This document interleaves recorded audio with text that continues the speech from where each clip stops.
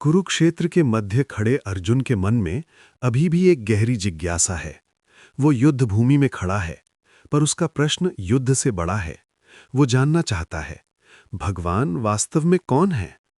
अब तक भगवान ने कर्म, ज्ञान और ध्यान की बात कही, लेकिन अब वे अपने स्वरूप का रहस्य खोलने जा रहे हैं।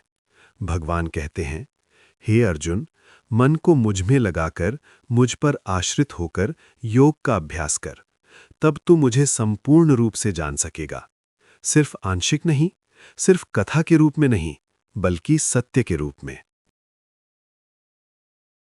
वे कहते हैं, मैं तुझे ऐसा ज्ञान दूंगा जिसे जान लेने के बाद जानने योग्य कुछ भी शेष नहीं रहेगा।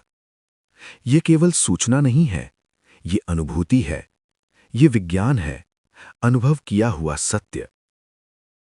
मैं सबका मूल हूं। भगवान कहते हैं, ये संपूर्ण जगत मुझसे उत्पन्न है। पृथ्वी, जल, अग्नि, वायु, आकाश, ये सब मेरी ही प्रकृति के अंश हैं। मन, बुद्धि और अहंकार भी उसी प्रकृति का हिस्सा हैं। ये 8 तत्व मिलकर संसार का निर्माण करते हैं, लेकिन ये मेरी निम्न प्रकृति है। इसके अतिरिक्त एक और प्रकृति है, जीव रूप चेतना।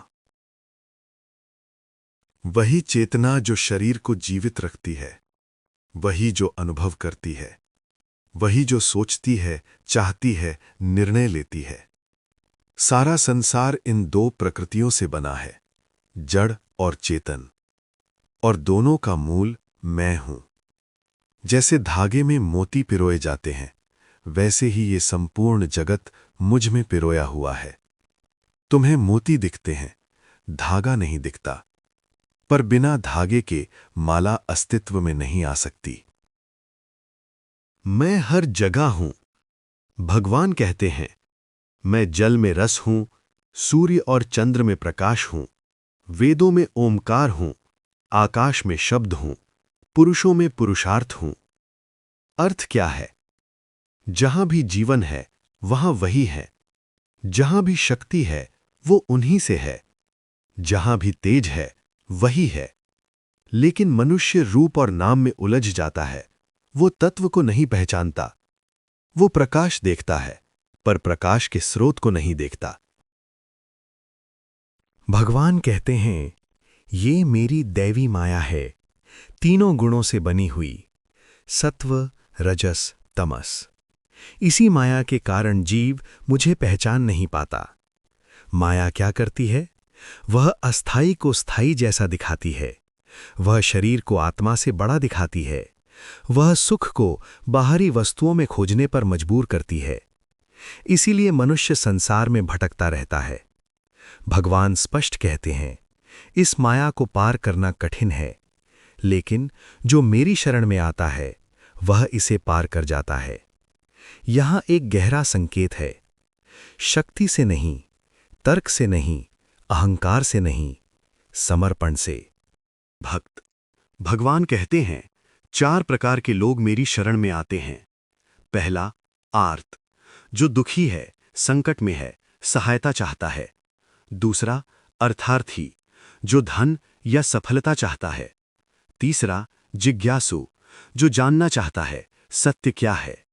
चौथा, ज्ञानी, जो मुझे जान चुका है। भगवान कहते हैं, ये चारों श्रेष्ठ हैं, क्योंकि उन्होंने मेरी ओर कदम बढ़ाया।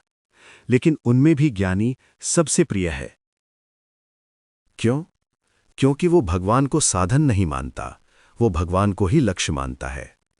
दुखी व्यक्ति दुख दूर होने तक भक्त है, धन चाहने वाला धन मिलने तक भक्त है। लेकिन ज्ञानी भगवान को जानकर उन्हें ही सर्वस्व मान लेता है। ऐसा ज्ञानी अत्यंत दुर्लभ है। हजारों मनुष्यों में कोई एक प्रयास करता है, और उनमें भी कोई विरला मुझे तत्व से जान पाता है। लोग अन्य देवताओं की पूजा क्यों करते हैं? भगवान कहते हैं, जो लोग विभिन्न इच्छाओं से प्रेरित होते हैं, वे विभिन्न देवताओं की शरण में जाते हैं। उनकी श्रद्धा भी मैं ही स्थिर करता हूं, और वे जो फल चाहते हैं, वह भी अंततः मुझसे ही मिलता है। लेकिन वह फल सीमित होता है, अस्थायी होता है।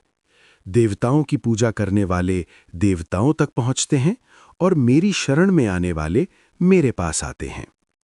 यहां तुलना नहीं है, ये स्पष्टता है। जो सीमित चाहता है उसे सीमित मिलता है, जो अनंत चाहता है उसे अनंत मिलता है। लोग मुझे क्यों नहीं पहचानते? भगवान कहते हैं, मैं सबके सामने होते हुए भी सबको दिखाई नहीं देता, क्योंकि मैं अपनी योग माया से आच्छादित हूं। अज्ञानी मुझे एक साधारण मनुष्य समझते हैं। वे मेरे परम अविनाशी स्वरूप को नहीं जानते। जो मोह और द्वेष से मुक्त हैं, जो पुण्य कर्मों से शुद्ध हुए हैं, वही दृढ़ संकल्प से मेरी भक्ति करते हैं। अंतिम रहस्य।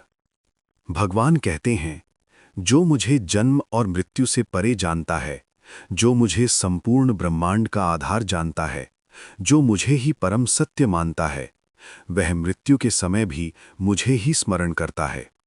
और जो अंत समय में जिसे स्मरण करता है, वही उसे प्राप्त होता है।